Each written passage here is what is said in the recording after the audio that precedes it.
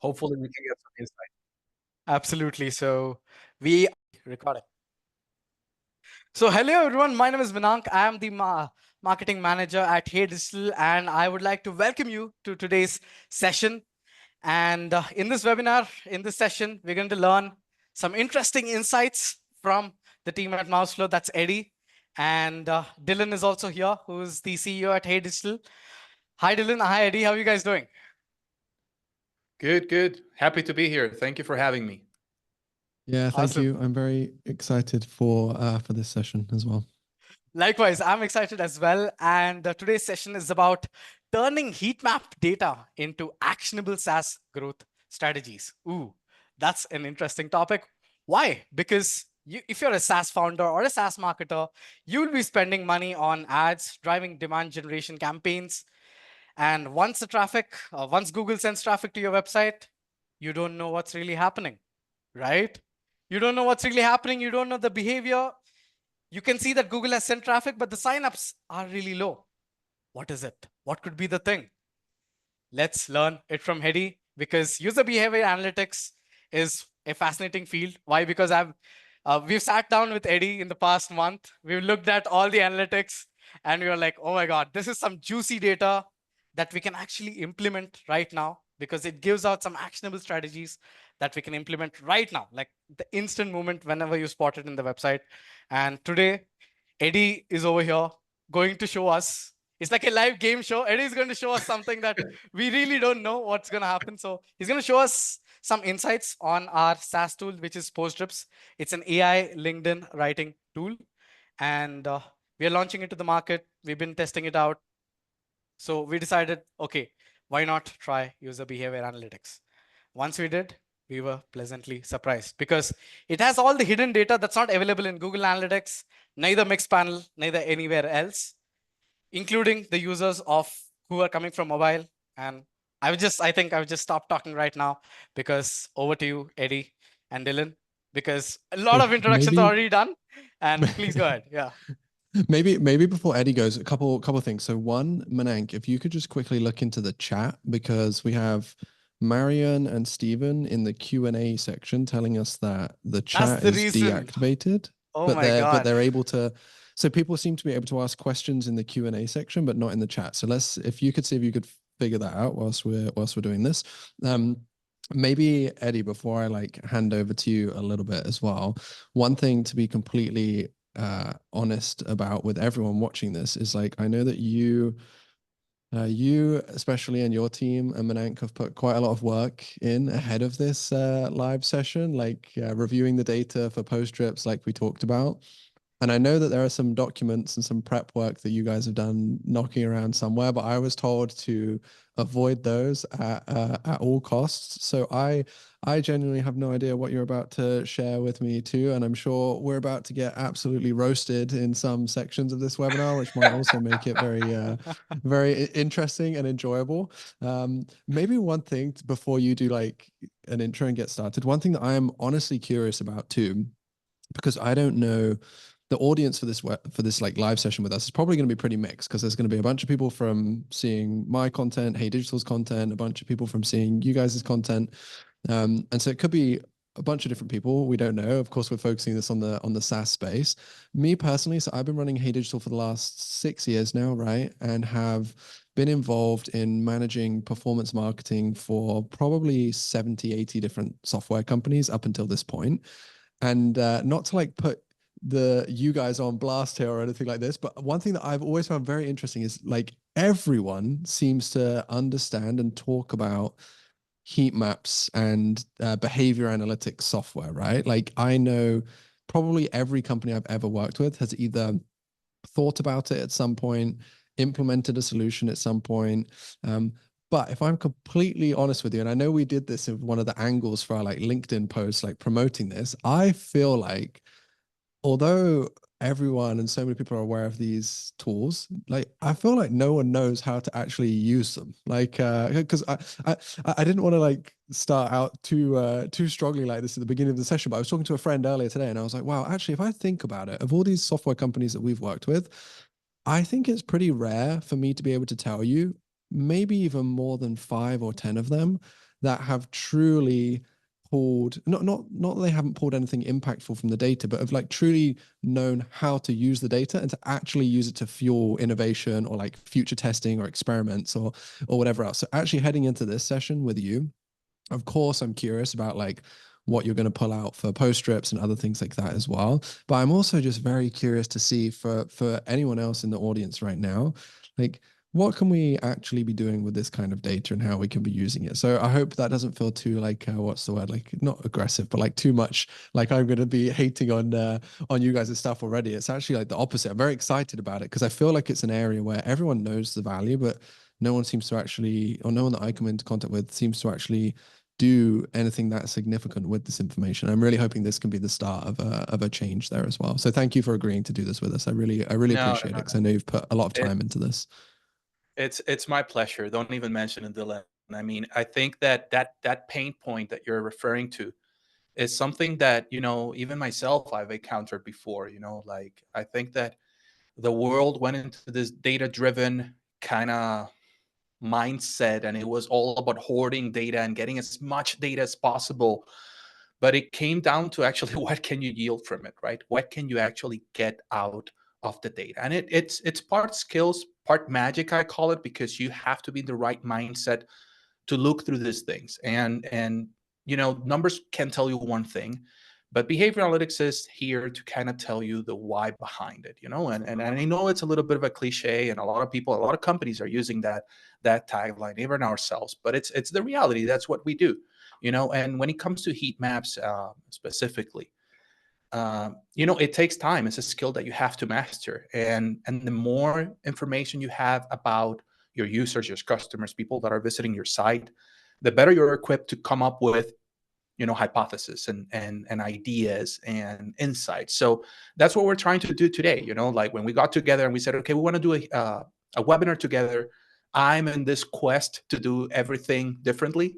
It's some of the things that drive me. I don't like to repeat myself. I don't like to repeat ideas. My team hates me for it, but I'm always like, okay, we're going to do a webinar. Let's make it differently. Like let's make it so that there's value. Right. So without further ado, because I don't want to bore people with some of this backstory, I'd like to jump on post trips, and we're going to be looking at heat maps, and we're going to try to get some insights live while we're here today about how to improve the website, the storefront or the homepage, which is where you guys have the most traffic. And we're also going to look at the product itself.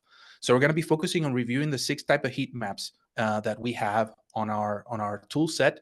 And I'm going to start sharing my screen. So if at any point you guys have any questions, I'm sure Minak is there to catch them and interrupt me as we go through it. But absolutely, let's try to deliver value. And I'm going to give you a little inside, a sneak peek into how I think. I promise you it's not going to be linear, but I'm going to try to do my best to share how I think about things and how I approach optimizing a website. So, Dylan, can you see my screen now? Yep. Yep. I have it in Okay. front of me. Yeah. We just conducted a quick poll where we asked our attendees, like, have you used a behavior analytics tool before? And 63% of the people voted yes, which is amazing. Okay. Good to see. And 37% of the attendees voted no. They would love to learn more. Okay. So All that's right. So why interesting. don't we Yeah. cover what behavior analytics is, right? Yep. Like I was telling Dylan, behavior analytics focuses on what is the, preceding behavior of a customer visitor or website visitor before they do an action and after they take an action on the website. So if you think about behavior analytics versus traditional analytics, what have you, for example, Google Analytics, you're going to see a click on the button, right? And you're immediately going to say, okay, so this amount of people clicked on the button and tried my feature or purchased. But in reality, when you look at the numbers, you're going to be, okay, but my revenue is not matching, or retention is quite low. You use behavioral analytics, the tool set, because this is an ecosystem. Behavioral analytics is the, how do you say it, the tool, and then within it you have several features that feed that tool set: session replay, heat maps, conversion funnels, form analytics, feedback surveys. And then on top of all of that, you have behavioral signals, which and also we call friction events. which is going to tell you when, where, and why people are struggling on your website, on your project, on your app. So it's to help you paint a picture of like, okay, so there was a click, but what led people to that click? Or why are people bouncing off my page? Not the number of people bouncing, but why are people bouncing? What's distracting them? What is preventing them to completing an action? But all of that supported by session replay and heat map data, which is where today we're going to be looking at heat maps for the majority of the case, because that was kind of the title for the webinar. But I'm going to make sure to bake in some examples at the end from session replay and form analytics so that you get an idea of what is, well, behavior analytics and what we do in Mouseflow. All right. Nice. Cool. All right. So I'm sharing my screen. This is Mouseflow. We're going to, as I mentioned, we're going to start looking at the homepage of PostScripts, an AI tool that helps you. It's an amazing tool, by the way, Dylan, to help you come up with new content and new post ideas for LinkedIn. I've used it myself, and I'm pretty fond of it. So I'm really glad to be doing this exercise today with you. So when you drop in Mouseflow, you have, yes, go ahead. Sorry, Andy, just one piece of really quick context before you jump in, because I think this might be interesting for people watching. Sure. PostScripts is a SaaS product. It's I think it will be very relevant to a lot of people here from the perspective of, we don't have a huge team behind PostScripts. It's very early stage as a product. It's literally like a freelance developer and me and Manank doing a little bit on the marketing side. We haven't pushed it that aggressively over the last like 6 to 9 months or so. It's kind of like sat there slowly ticking along, ready to have some attention poured onto it. So, because I just want to share that, because sometimes when people see these kind of experiments or data, they'll be like, oh yeah, but maybe they have this big team or this or that. And I think that might be helpful too, to add a bit of context. Yeah. Absolutely. That's good context. Yeah, that's good context. So coming back to Mouseflow here, we're looking at the heat map list. And as I mentioned, we're going to be taking a look at the app and also the homepage. And you have a few things here to start your analysis, right? We're looking at the homepage. We get how many views and the visit time, the average visit time on this page, the engagement on the page, how many clicks you've gathered on that page, the render time, which I think is okay. It could obviously be improved. That's the first thing I would say. Okay, so my render time on my homepage is 2.23 seconds. Maybe there is some optimization that I could do to bring that down closer to 1 second. Because if you look at the rest of the pages, your homepage is actually the one that, takes the longest to render. So this is one of the insights. What can you do with it? Well, you can run a Lighthouse report, get some idea what are the different elements that need optimizing if you're running maybe third-party scripts or something, an image that's too large or things like that. Because this is crucial, especially if you're running, like you mentioned, PPC, or, well, not PPC anymore because that's gone unfortunately. But if you're running advertising to your website from Google, for example, you're doing search or display, they take into account the experience and how long it takes to load the page. So that's something that is going to affect your quality score. So, what do I do out of this? I go Lighthouse, run a report, get the report, and involve somebody to fix it. Sure. Yeah. And the other thing that catches my attention here is the scroll depth. So I see here that it's 29%. We obviously want people to consume most of the page, and then a 0.6 friction score, which we can take a look at the session replays later. But this is okay. I mean, this is not high. Obviously, you want that number to be as close to 0, but to get insights about what are the different friction events influencing the score, we will need to go to session replay. So we're going to park that one, and we're going to continue doing heat maps instead. All right. And so coming back to this scroll depth, I see that the page is actually not large. And then once I click on it, and this is one of the tricky things about scroll depth. A lot of people are like, oh, people need to consume, oh, I got this page 100% scroll. Yeah, but your page is tiny. It's not long. The height of the page is just one fold. So it can be a bit misleading to look at scroll depth without having context of how long is the page.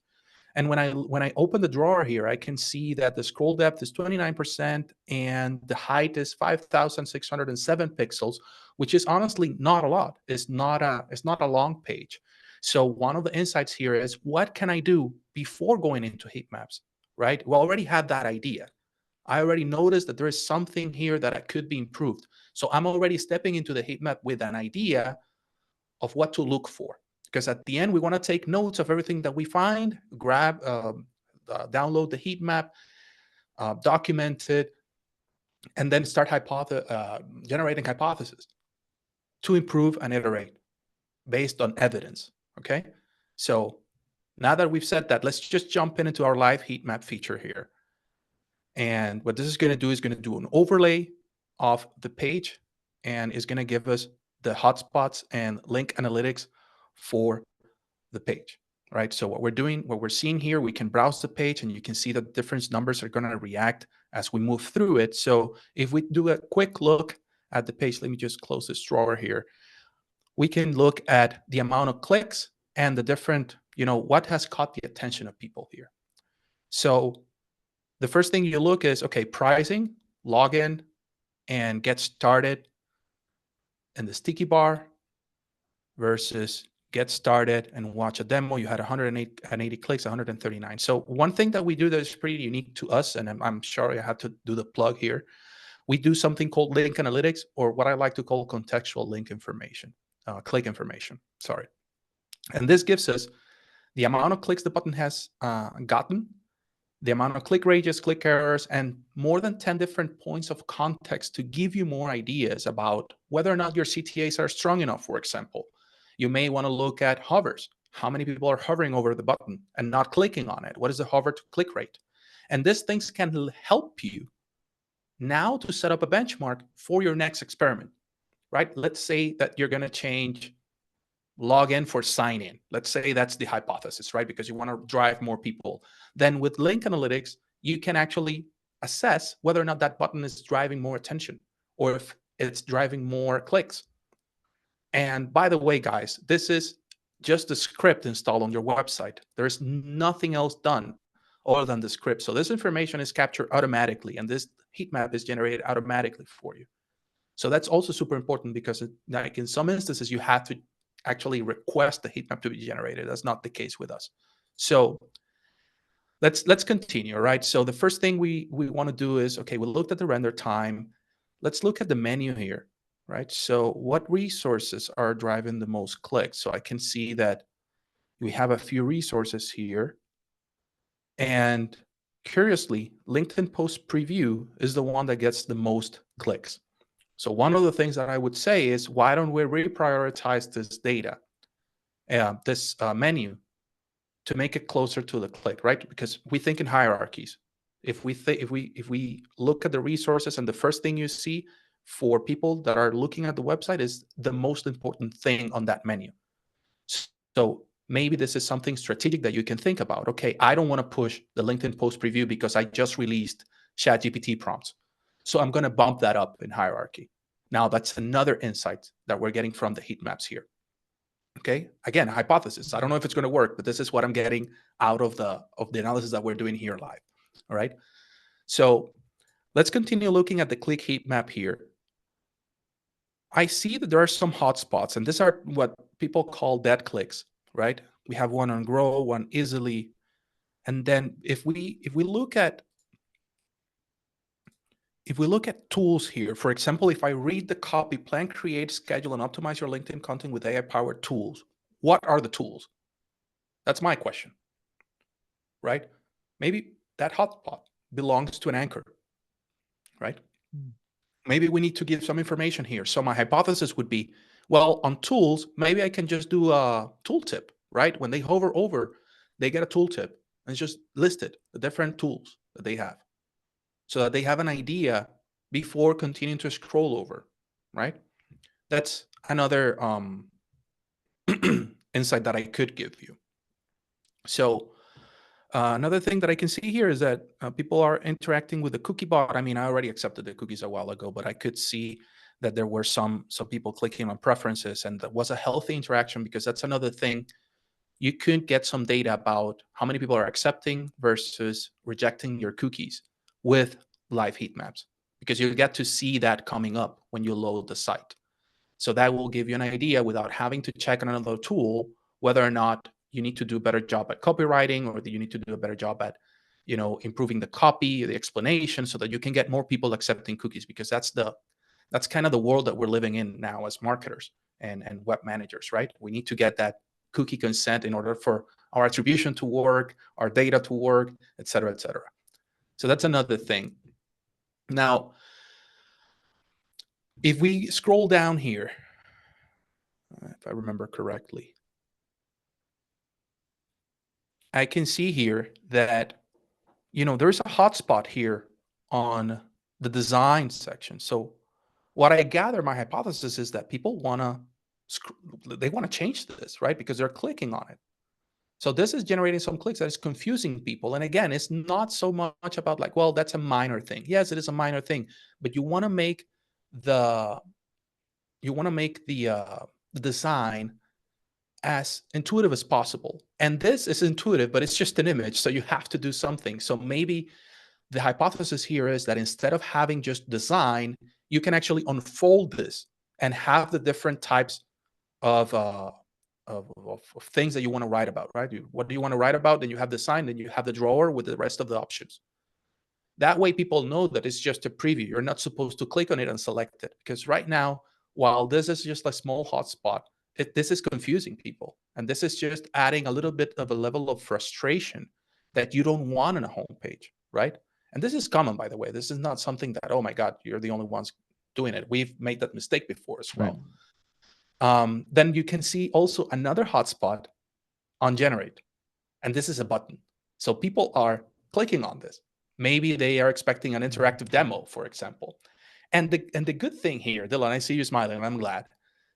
The cool thing about this is that if you didn't have click heat maps, you wouldn't actually know this, because Google Analytics will not tell you this unless it's tagged. And if you don't have it's an image, how can you tag it, right? So this is one of the uniqueness when you compare traditional analytics versus behavioral analytics, or where you are asking your boss, like, hey, I need this tool. This is one of the cases that actually, visual makes it visual, right? It's now the evidence is factual. It's not something that it's a number, you don't know where it came from, right? Now you have an image to explain these things. So you would grab this, go to your designer and say, like, look at the click heat map here. People are getting confused with these two things. Please adjust the design, or please come up with a different alternative so that we can get people going farther down the page, right? Yeah, you know what's interesting about that is like, because as you scroll down the page further, we have like a bunch of sections like that, right, with the different core features almost. And we designed it that way because from my experience in the SaaS space too now, I find that often people want to see as much of the tool as possible before they even sign up. They want to know what it's like. And so there's been different times in SaaS in the last 5 or 6 years where different things have been like focused on or working. Sometimes it was like very generic designs or graphics, and now it's like very specific. Hey, this is exactly what the product looks like. So we wanted to show this is exactly what the product looks like and what you can expect. But actually now on reflection, maybe that's also not the smartest idea, because it looks just like this is literally a screenshot from the product with of course it's been like cleaned up a little bit and tidied up a bit, but it's directly from the product. And so it does look like it has all of the functionality of the product because it is pulled directly from the product. So those things like, maybe it would be a better experience, not to overcomplicate things too much, but like maybe it would be a better experience if we do have a button there. When you hit the button, something actually happens and they can see what the flow is like within the product. Or maybe we simplify the design and remove the button or something like this. It's very interesting, because it's like, I think maybe one of the challenges that we can talk about a little bit later towards the end, because it's a question that I have, is like how there are so many assumptions that you can pull from data like this, and like knowing what to focus on at times, right, can be a challenge. But let's cover that later, because I know that will be something for other people too. I didn't want to interrupt you too much. It's just, No, it's okay, Dylan. Feel free to interrupt anytime. I mean, I'd like to make this sessions, dynamic, and I'd love to answer questions, so no worries there. And I agree with you. Some of the challenges are, how do I prioritize work, right? Right. I'll intro you to what I use at Mouseflow to kind of prioritize my work, which is just a regular I score. But we can talk about that later. Let's just continue with heat maps Sure. now, Sure. so that we don't lose that thread there. So yeah, to your point, I mean, you can come up with different hypotheses, but at the end, if you go through that I score, right, impact, confidence, ease of implementation, it will kind of, okay, so maybe if you ask me, what can you do quickly? All right, so I was just, you do like, you don't need the button, so you can cut that out, and that's just an easy fix, right? You Right. can cut that out and test it. That's one experiment. You run it, depending on how much traffic you get and the test velocity, then you run another one. And then the other one could be adding the drop down, right? So that they know you're Right. showing something. They're not expecting to generate anything, right? So that could be, let's say, an easy way of, always think about implementation. That's what I default to. Like, how long would it take me, Sure. and what is the impact, and what confidence I have on this actually panning out. So let's move further down. So now, all right, so let's look at, so this one, for example, it doesn't have any dead clicks. So people are getting this, right? Let's assume that. That's a hypothesis. Okay, so this looks like people are getting it. We look at enjoy refreshingly clean writing experience. Okay, but no clicks on get started. That's curious, right? Because, I mean, you get 6 clicks here. You get 180 clicks here, 139 here. Then get started also gets 120. But I wonder why this is not getting any interactions, right? So that's another light bulb moment. Okay, so why? Always ask yourself, why is this not getting an interaction, right? So when I read it, one thing I could say is, okay, 0 clicks, why don't we change the CTA? And instead of get started, start writing now. That's another test. Or, You know, or we could that's also, it will look kind of ugly, but we could just design it as a button. Because if you look at the other ones, it's like all of those other ones that have clicks are buttons, right? Like they that's all another look idea. like You see, buttons. Yeah. exactly, make it look like a button so that you can, because I mean, another thing that you have to, that I think carefully when I'm analyzing this thing is, what is the micro interaction that I'm looking for, right? And if you want to drive more signups, the easiest way would be to get more people to click on get started, right? So you have to Right. make it more attractive. So another thing that you can do is rewrite the headline, rewrite the body copy as well, and see if that drives a little bit more engagement towards the button. Now, make sure you just run one experiment at a time, because otherwise then you don't know what is actually working and what's not. That's another thing. That's a mistake Right. I made when I started my career, and I was like, yeah, I'm going to test this, and this. And at the end, it wasn't a test. It was just like a complete remake of the page. So if you're going to run some testing, make sure it's controlled. All right. Um, let me see if I can get another insight here. So in your refreshingly clean writing experience, PostScript is designed with simplicity in mind, providing an interface that eliminates distraction, allows you to fully immerse yourself in the writing process. So very long sentence. I would just cut that one out a little bit, make it a little bit more succinct. With PostScripts, maybe you can use it. You can use that for it. No more cluttered Right. screens and complicated features. All right. So I think that here, um, I would tell the user what all of this imagery means, right? That could be one thing. All of this imagery that I have here, what is it? What does wrap up mean? What does it do? What does expand do? I mean, even though it seems self-explanatory, sometimes people need to be, you need to handhold them and take them to where you want them to, right? Let's continue scrolling down. I want to make sure that I get everything on time. All right. So if you see me speeding, that's because it's it's in the interest of time. So another interesting example here. We get 0 clicks on write, but 3 clicks on schedule. So this might alert or signal that schedule might be one of those features that people like for the tool, for PostScripts, that they're looking for, right? Again, this is a hypothesis. We have very little data. So I'm working with the data that I have, and I'm assuming that this is statistically significant, okay? So you get 3 clicks here, which are 3 more than right. So I would actually think about promoting this to the second block here instead of the third. because it is showing, people are showing intent with this feature more than with write. So schedule might be one of those things that you want to bump up. So that's another thing, another insight that I can give you to improve this page, right? And also, you see the mouse here, and then you see no clicks. So maybe, going back to this example, if you add the mouse, maybe you fix the problem. So it's just that, like, it's a PNG work. You don't have to do much, because there are no clicks here, not even the buttons or anything. So that's another thing that you want to take a look here. All right, so now we have social proof. Okay, decent here. Curious that we don't get any clicks here. So I wonder how many people are actually watching the video here, because you have watch demo here and you're getting clicks on watch demo, but no clicks to watch the testimonial, which I think is interesting. So you have all this real estate, right? Can you pull up numbers, Dylan? Is that what you're doing? I was just taking a look to see like if that video, yeah, let me see if I can find it. And this is, again, for the audience, this is how, I'm giving you an inside look at how I go through the process. And the next step for me would be, let me check the video host, how many plays that video has gotten. And then the next question is, where is this video it's hosted, right? Is it only on the homepage? Is it anywhere else? And that way you start threading the needle and coming up with that insight at the end of the rainbow. You know what's interesting? There's like, I'll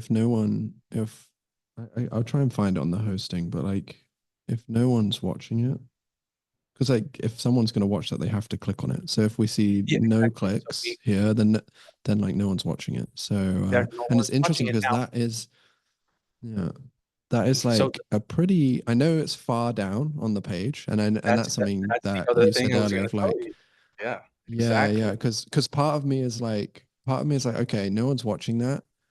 No disrespect to the woman who that is there, but it tells me two things. Either no one's reached that part of this, or very few people have reached that page or section on the website. The second thing is people just aren't interested in like what she has to say in the video. And so one thing that this is, again, it's like an assumption, but off the back of that, we can see that there's people that have got this far, and there's some level of interest based on what I'm seeing over the quotes on the left-hand side. There's some clicks here, like that clicks, So maybe the video is just completely unnecessary, and maybe instead we could replace it with like more testimonials and more quotes, for example, because maybe it's like on the left side where we have the quote, that's basically what she says in the video anyway. So ultimately, maybe this is just wasted space, because it is quite a large portion of the page, so it takes up the whole screen basically when you get to this section if you're on a laptop like mine.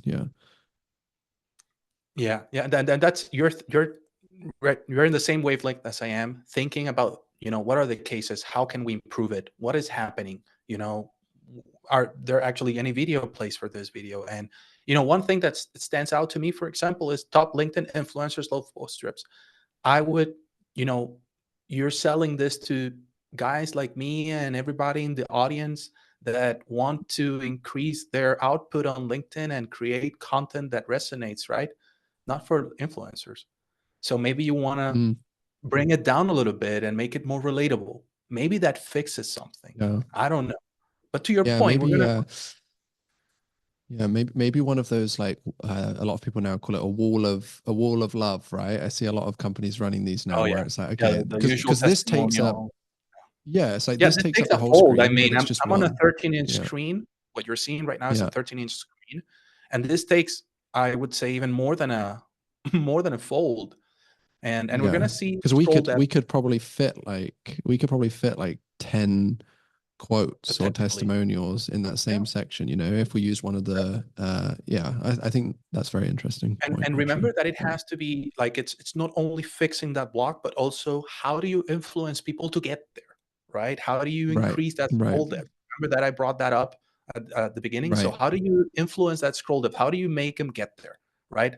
And there are obviously things that you can do, like badges from G2, things that you can anchor to a lower part of the page. So I see that there are a few questions, guys. So Minank, I think that, yeah, I see Drake has posted, hey, Drake, some questions. Now there's another poll going. Thank you. It looks like you're finding the webinar valuable, and I'm happy for that. Drake, let me address this. Are the CRO audits usually included in also service offerings? No, we're just the tool. However, we do have partners that offer this type of services, and that's how we manage these things. We don't have the service per se. And then the second question is regarding SaaS, whose websites usually don't need to change as much as e-com sites. Why is there continued interest in heat maps or session recordings? Why isn't there higher churn once SaaS sites believe they're optimized enough? Well, Drake, if a SaaS think they're optimized enough, then there's a problem, because you can always continue optimizing. Brands like PostScripts or Mouseflow, even, you have to continue innovating. Otherwise, you're behind your competition. You're behind in the market. You have to continue innovating. So this is not only for audits to look at what's happened before. This is also to fuel your hypothesis generation and to fuel your CRO program, to fuel your marketing.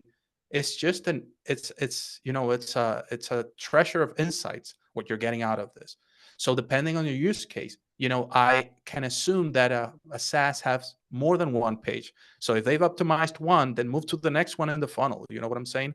I guarantee that if SaaS focused 10% as much as they focused on, budgets in optimizing their pricing page, there will be a different game. So just with the pricing page, which we're not looking at today, maybe we can do that in a different session. Optimizing pricing Eddie, can I page, ask a quick question?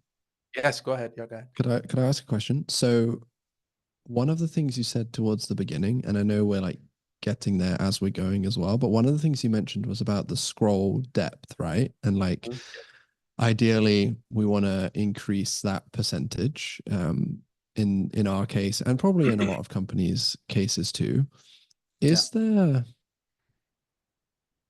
always a good metric to look at? Because like, of course we want someone to read as much as possible, but is there some argument, and I'm not saying this is the case for PostScripts, because I know there's like a bunch of things that we could and I would like to do better here, but is there sometimes a case too of like, actually maybe the reason that the scroll depth isn't so significant is because the copywriting and the design has done like a strong enough job within the first couple sections to persuade someone to take that next step? Like, how do you figure, like, how do you look at situations like that? Because that must be something that happens with people that use Mouseflow all the time as well, right? Yeah, of course. Of course, it's a common scenario. I mean, at the end of the day, you make a website and you hope that most people interact with it, right? And most people convert.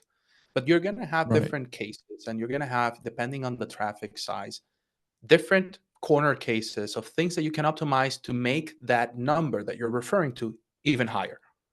So you have to flip that around. It's not like, oh, I've done a decent job at converting them on the first fold. But maybe if you tweak it, maybe if you optimize it more and you get some data behind it, you can even get more people to convert that quickly. Now, the other part of that argument is that you need to understand where the traffic is coming from, because not all traffic is created equally, right? Organic is always going to beat paid search. Search is always going to beat paid social, right? So that's something that if you're running, campaigns, you have to take this into consideration. So once you pick one hypothesis that you want to work on, get more data, get more context, understand what the behavior is like, understand the nuances, and we can check that out later on, how the behavior differs from one acquisition channel to another. Maybe you want to get as deep as how people behave from one keyword to another if you're running paid search, and then the scroll depth, what's going to tell you is how qualified that audience is once they get to the website. So that's a post I made a while ago, and some people said that I was crazy. Some people said that it was okay, good argument. But like I said, not all traffic is created equally, and the farther down they go on the page, the more qualified they are. And at the end, you just want to make them convert. So if there's one corner case of 10 people that are just not convinced enough, you have to continue optimizing the page so they get farther down. and maybe they'll convert to paying customers even faster because you already gave them all the information, right? So let's keep going. I hope that clarified and did that make sense? 100%. Yeah, that was great. 100%. Okay, And good. Because I like sometimes I don't. how attendees Oh. are giving their own insights based on it. Like Mitch is like, as far as scroll depth goes, sometimes an answer for that is to create like a page navigator or a jump menu. Yeah, I think that's good. That's a good. You see, that's a good idea. Now we're solving Mm. some challenges, some design challenges and navigational challenges together. That's great. I couldn't ask for more. That's great. And All right, let's guys, we are counting all the insights. We're having that insight counter. Oh, okay. So so far, Eddie has shared around 8 insights. What we've got. All right, but you're not counting the one about scroll depth yet. That one that I just answered, Dylan. Yes. So there are 8 plus something. Is there a record? Can we just make it like a thing? Guys, Let's see help how me many I out, can okay? get. In case I miss something, just add in and All I'll right. just count the insight. Good that it's recorded. That's good that it's recorded. All right. 100%. So Yeah. all right, let's keep going here. All right, so okay, sneak peek of everything you get inside. Okay, and then you get post generator, post preview images. So these are the tools, right? Kind of what we were discussing at the top, right? And then let's see how you can see how the heat map is It changing, might and then be you get displayed. Yeah. I was gonna say it might be displayed slightly odd here because I think that's like a moving carousel. I think if I remember correctly. Right, but you have to click on it, right, to move it. But anyway, while you look at that, while you look at that, so now we have the tools here. So what I would say is, for me, as a quick test, right? We were talking about quick wins and how do you prioritize the work. I would just create an anchor link tools that takes people all the way to the bottom. That way, with an animation, you can make it so that it's smooth, and then you start getting their attention. Oh, look, all the features are here. That's another thing that you could do with this. That's a good insight, right? On that. I actually think that's a great idea. Yeah. So that way you get them to the bottom of it. It's like putting the form at the bottom of the page, right? When they click and book a demo and they go all the way to the bottom, they get to experience some of the site, and that might get their attention and increase your scroll depth at the same time. The other thing you could do is you could move this whole section to the first fold, right? And instead of having this, you can have all the features here. So that way the tools is already below, and then they just immediately see, right? And then you can use the scheduling insight and use schedule as the first thing they see, right? Because right now, look at this insight, 9. Schedule is not a thing. Yeah. So you're missing that one. So you could add schedule as part of this cards here, and then make it so, because you already have some intent that people are clicking on it, they're interested, right? So why not include it here? Make sure you hit that nail more than once, right? Nice. And yeah, that's then a good idea. What do we have here? Okay, I like this. I like the comparison. I think the comparisons are money. So I think this is great. And then you see people do get to the bottom of the page. So it's just a matter. I think that it's just a matter of tweaking a little bit of the copy, of the order of things, so that you can get more interactions out of those visits. And yeah, people wanted to check you guys out because they were clicking on LinkedIn. And again, you have resources here, and you have post preview being the one with the most clicks. And I wonder if that was the case on resources as well. Oh, okay. Hold on. Went to a different page. Let's wait for the heat map to load. Just get back up. 1 second. Did I lose you guys here? I think I was. No, you're still. Yeah. All right. So give me 1 second. Let me pull up the account. I'm going to turn off my screen share for a second. Pause share. Okay. And this is just because of GDPR and such.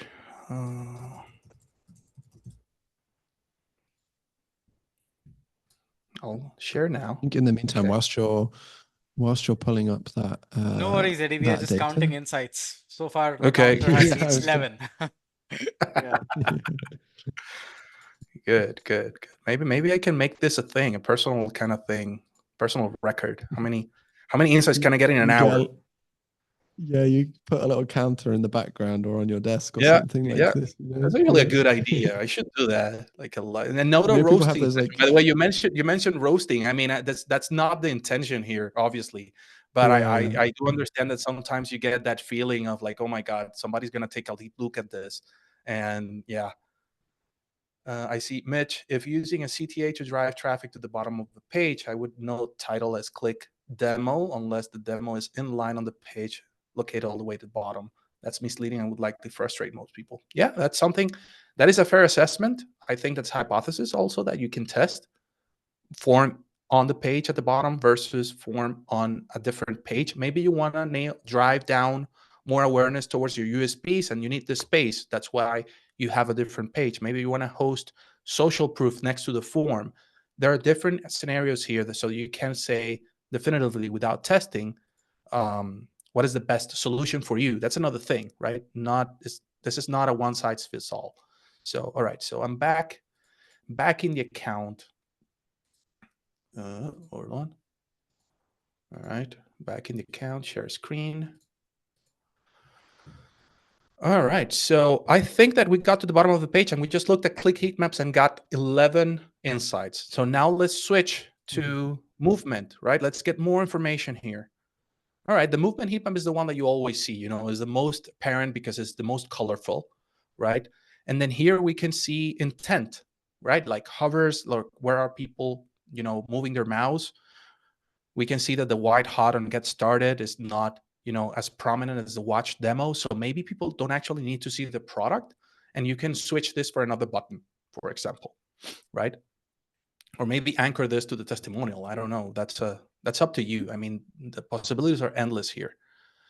Here you have another, hotspot here for design. We talked about this. So you keep reinforcing with evidence so that can boost your confidence in pushing this experiment through, right? Get more evidence, share it with the team. Now it's prioritized, right? So let's look at, so on the right side, let's compare this section. So here, okay, all right. Not much here on right, not a lot of interaction. We know that this is a section that is not calling out attention for people. Then here as well, look at this. So this is a good insight. People are hovering over this. So why not make it a link? Send them to her, name of the company can be a link. Her name could be a link. Continue fostering that or nurturing that journey, right? Again, we don't see anybody hovering over the image. That's weird, to say the least. Maybe you can change the image. That can improve things. Let's see what this thing here. All right, so it looks like images and post preview do get some sort of, and post generation do get some sort of action. I would be interested to know what is the action if we add the scheduling option, right? Right. And then here Right. at the end, we don't get much. Yeah, That go ahead. section with all the different like features, the section with all the different features down towards the bottom seems to actually be like pretty interesting for people. So I do think we should either move it up. Yeah, move it up. Or Anchor it. link to it like that section where they're clicking at the top where people are Exactly. like clicking on the tools thing. I think that's Mhm. actually something very interesting to do. Yeah, and then you add the animation, right? A smooth transition from Yeah. the top of the page to the bottom, and then people get to consume, at least see what is happening on the page. That's something I would do. That's my recommendation. All right, so let's try to speed this up. I don't know if we're gonna make it to the product, but let's try to do I it don't now. think so. All right. Yeah, We're let's try to do it already now. at like a 50-minute mark officially. And Okay. yeah, All right. I think Good. maybe just a little let's do a reminder so that couple. we wrap it up in the next 10 minutes. Let's do a couple of things because I'm okay to keep running for another 10 minutes, but I want to make Me too. sure that also anyone who is here right now in real time also has the opportunity for a couple things. So one is like for any other like if anyone watching live right now has questions, I would definitely start like typing them now so that we can get some of them answered if there are a few, because I know sometimes that takes a little bit of time. And then I know there are a couple of like special items, let's say, that Manan and Eddie both want to share with everybody. So I definitely think maybe we just cover those things like now, and Let's then do we can that. continue just in case anyone has to like wrap up, because the That's a last good thing I want idea. is anyone, I agree. if they have to I agree. leave and then they miss out on the goodies, you Yeah, know? I agree. I agree. All right. Drake, do SaaS Yep. companies usually use heat maps or session recordings on their dashboards too, or just landing pages? I Yeah. mean, our case, we use it everywhere. We use it on landing pages, we use it on the homepage, we use it on our product as well. For SaaS, most commonly, depending on the use case, marketing team could be using it, or the product team could be using it, especially if you're looking at how people are flowing through the product, or if you're releasing a new feature and want to know what the interaction is like. So it's it's depending on the use case and who actually needs the tool. I've been always been a proponent of using behavior analytics for everything, because it can help you save money and time just by just by getting evidence on how to prioritize your work. Right then and there, you're already saving time and money. So, all right, any other Nice. questions? Oh, thank you, Drake. Good to see you here, by the way, Nice. man. I think Drake reached out to me, and we're due for a meeting, so we'll get to talk soon. Maybe Manank, do you want to talk about the stuff that you guys have put together? Yeah. Absolutely. And since we were only able to cover like 12 insights, I know we had to, Eddie would cover like 100 insights if you were to give him the chance, and the webinar could go on forever. So I would like to simply share my screen and show what we have in store for you all that we've prepared. And let me just quickly share my screen for like, Yeah, I paused my sharing, so you get full control. yes. So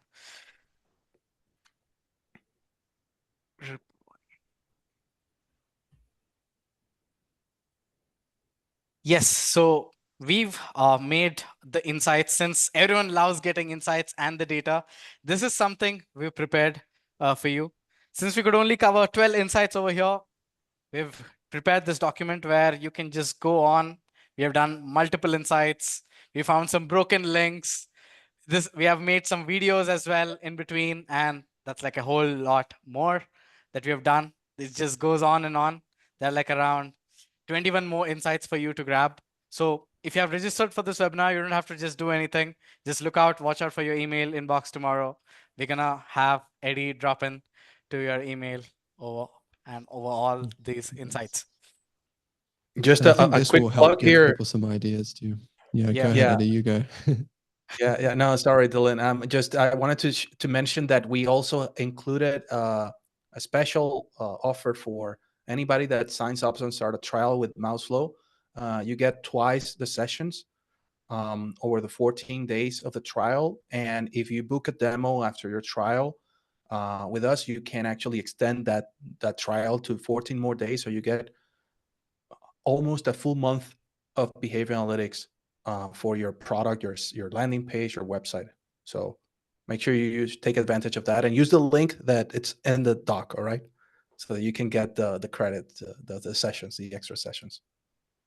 Manank, maybe Yes. you can post that right now in the Zoom chat as well, because like everyone will see the doc. But let's get people whilst they're still. We're gonna get all of you whilst Posted you're all still links hot. You over here in the chat. know. Connect with Good. Eddie. You can just directly connect with Dylan. If you have any Yeah, doubts or insights on that you've received, definitely connect with Eddie. Definitely connect with Dylan. They're or more than feedback. I'm happy You know always to happy chat something to that with you. we connect and talk. Yeah. Yeah, something that we could do that might be interesting also, whether it's another session, whether it's a follow-up few LinkedIn posts from us or whatever, but maybe we Yeah. can implement, or not maybe, we'll definitely implement a few of the learnings from the doc and from this session.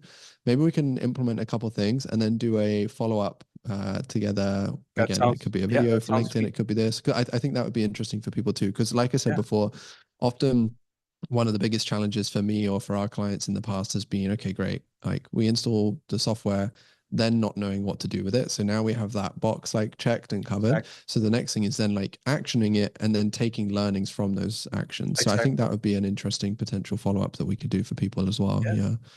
Absolutely. I mean, I can continue going. I mean, we only have 5 more minutes, but I want to thank everybody for joining and showing interest and for the good questions. Yeah, if you have any questions, comments, feedback, it's welcome. Connect with me. I'm always happy to connect, like I was saying, and so I'm happy to have done this. Minank, thank you so much. You've been a great sport and putting this webinar together. And Dylan, again, thank you so much for allowing me to take a look deeper at the product and taking it with such positivity. It comes from a good place. I always say that. But I do look forward to doing more of these. I hope that we can do another session in which we cover not only heat maps, but session replay and the rest of the features. Unfortunately, we didn't get enough time to do it today. But maybe that, if you want another webinar, just hit up Minank, Dylan, or myself Yeah. and ask for it. I mean, I would love to do another session. This has been super fun. Yeah, Yes, and thank you so indeed. much for all of the hard work that you've put into this too. I really appreciate it. And again, from me too, thank you everyone who joined us today. It was great to see you here.